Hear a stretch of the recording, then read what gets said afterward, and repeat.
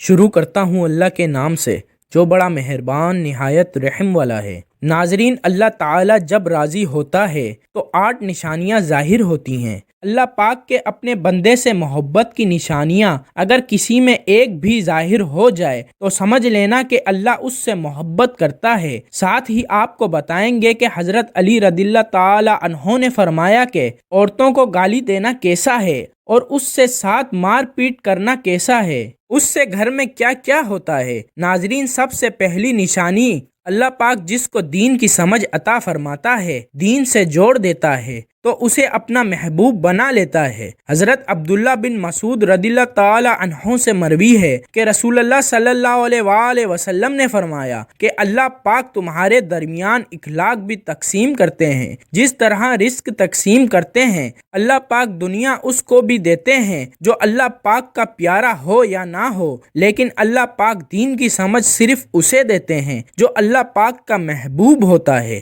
عبادت کی محبت، قرآن کی محبت، اللہ پاک کی محبت، اللہ کے ذکر سے محبت، رسول اللہ صلی اللہ علیہ وآلہ وسلم پر درود و سلام بھیجنے کا شوق اور طرب، یہ وہ چیزیں ہیں جو اس بات کی نشانی ہے کہ اللہ نے اسے بہت پیارا بنا لیا ہے۔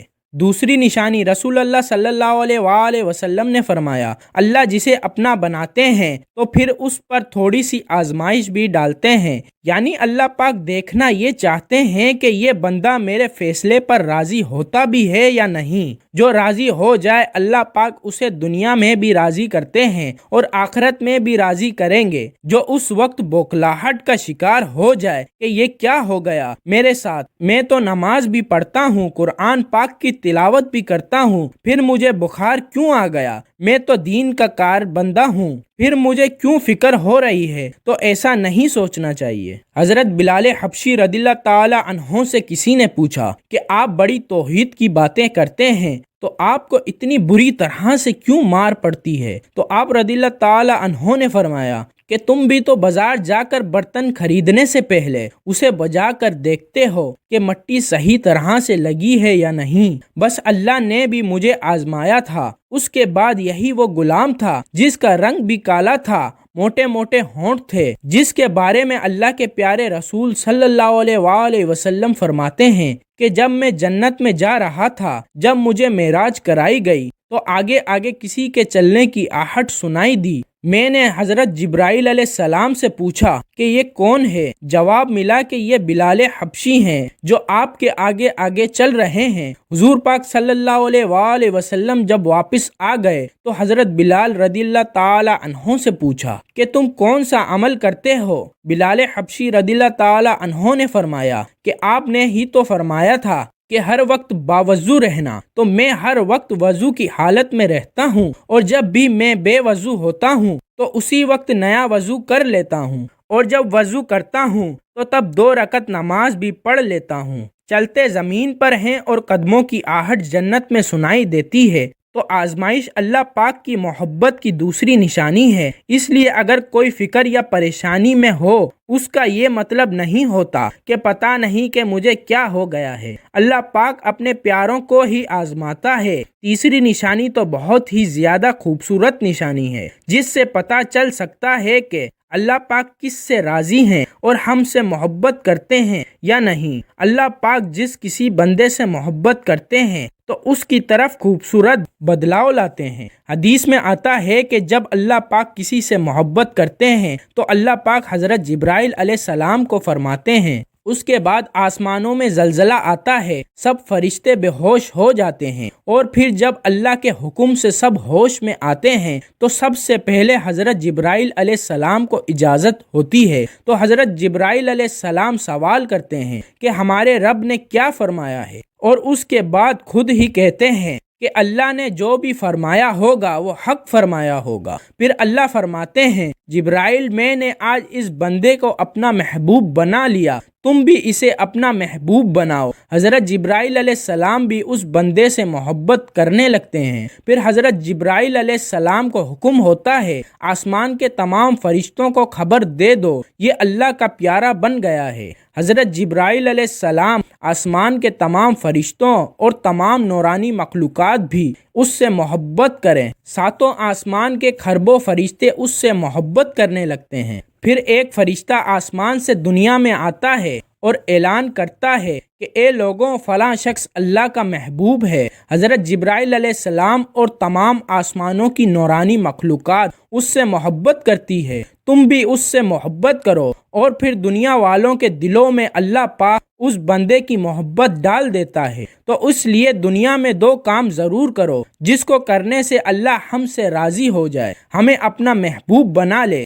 انشاءاللہ دنیا اور آخرت میں کامیاب ہو جائیں گے۔ حضرت عبداللہ بن عباس رضی اللہ تعالی عنہ فرماتے ہیں، جب نیکیاں قبول ہو جاتی ہیں تو انسان کے جسم میں یہ 5 نشانیاں ظاہر ہوتی ہیں۔ نمبر 1، جب انسان کی نیکی قبول ہو جاتی ہے تو اس کی وجہ سے اس کے چہرے پر عجیب سی رونق آ جاتی ہے، یعنی وہ انسان دنیا کے سامنے اپنی خوشی کا اظہار اپنی مسکراہٹ اور بشاشت کے ساتھ کرتا ہے۔ وہ ہر ایک وقت خوش رہتا ہے، بلکہ یوں لگتا ہے کہ اس دنیا میں اس سے بڑا سکون اور وقار والا کوئی نہیں ہے، لگتا ہے کہ اسے دنیا کا کوئی غم ہی نہ ہو۔ یہ خوشی ہر ایک کو نصیب نہیں ہوتی۔ نمبر 2، اس کا دل روشن ہو جاتا ہے، یعنی وہ ہر وقت اللہ کے وعدوں پر امید رکھتا ہے، اس کے پاس کچھ ہو یا نہ ہو، لیکن اس کے دل میں اتنی خوشی ہوتی ہے کہ اس کو کوئی پرواہ ہی نہیں ہوتی۔ اور یہ یاد رکھنا کہ امیر انسان مال سے نہیں بنتا، بلکہ امیر ہمیشہ دل سے بنتا ہے۔ حضرت علی رضی اللہ تعالی عنہ فرماتے ہیں، دولت مٹی کی طرح ہے اور مٹی کو پیر کے نیچے رکھنا چاہیے، اگر سر پر چڑھاؤ گے تو وہ قبر بن جائے گا اور قبر زندہ لوگوں کی نہیں ہوتی۔ نمبر 3، جب کسی کی نیکیاں قبول ہو جاتی ہیں تو اس کے جسم میں نیکی کی طاقت آ جاتی ہے اور شیطان اسے گمراہ نہیں کر سکتا۔ شیطان سے بچنے کی قوت اللہ اس کے جسم میں پیدا کر دیتا ہے۔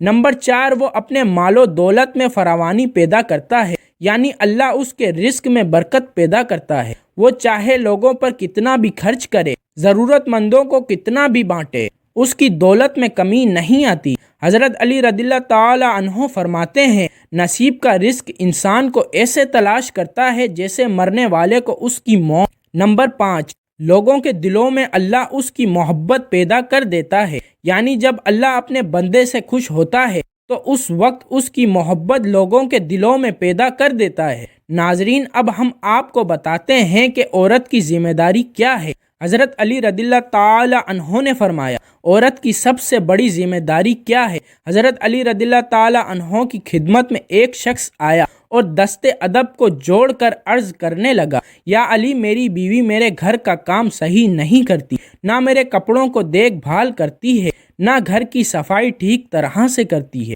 تو کیا میرا ڈانٹنا غصہ کرنا صحیح ہے؟ بس یہ کہنا تھا۔ حضرت علی رضی اللہ تعالی عنہ نے فرمایا، اے شخص، کسی نے کہا کہ تمہاری بیوی پر تمہارے گھر کا کام واجب ہے۔ یاد رکھنا، اسلام نے عورت کی عزت کو جتنا بلند کیا ہے، اتنا کسی مذہب نے نہیں کیا۔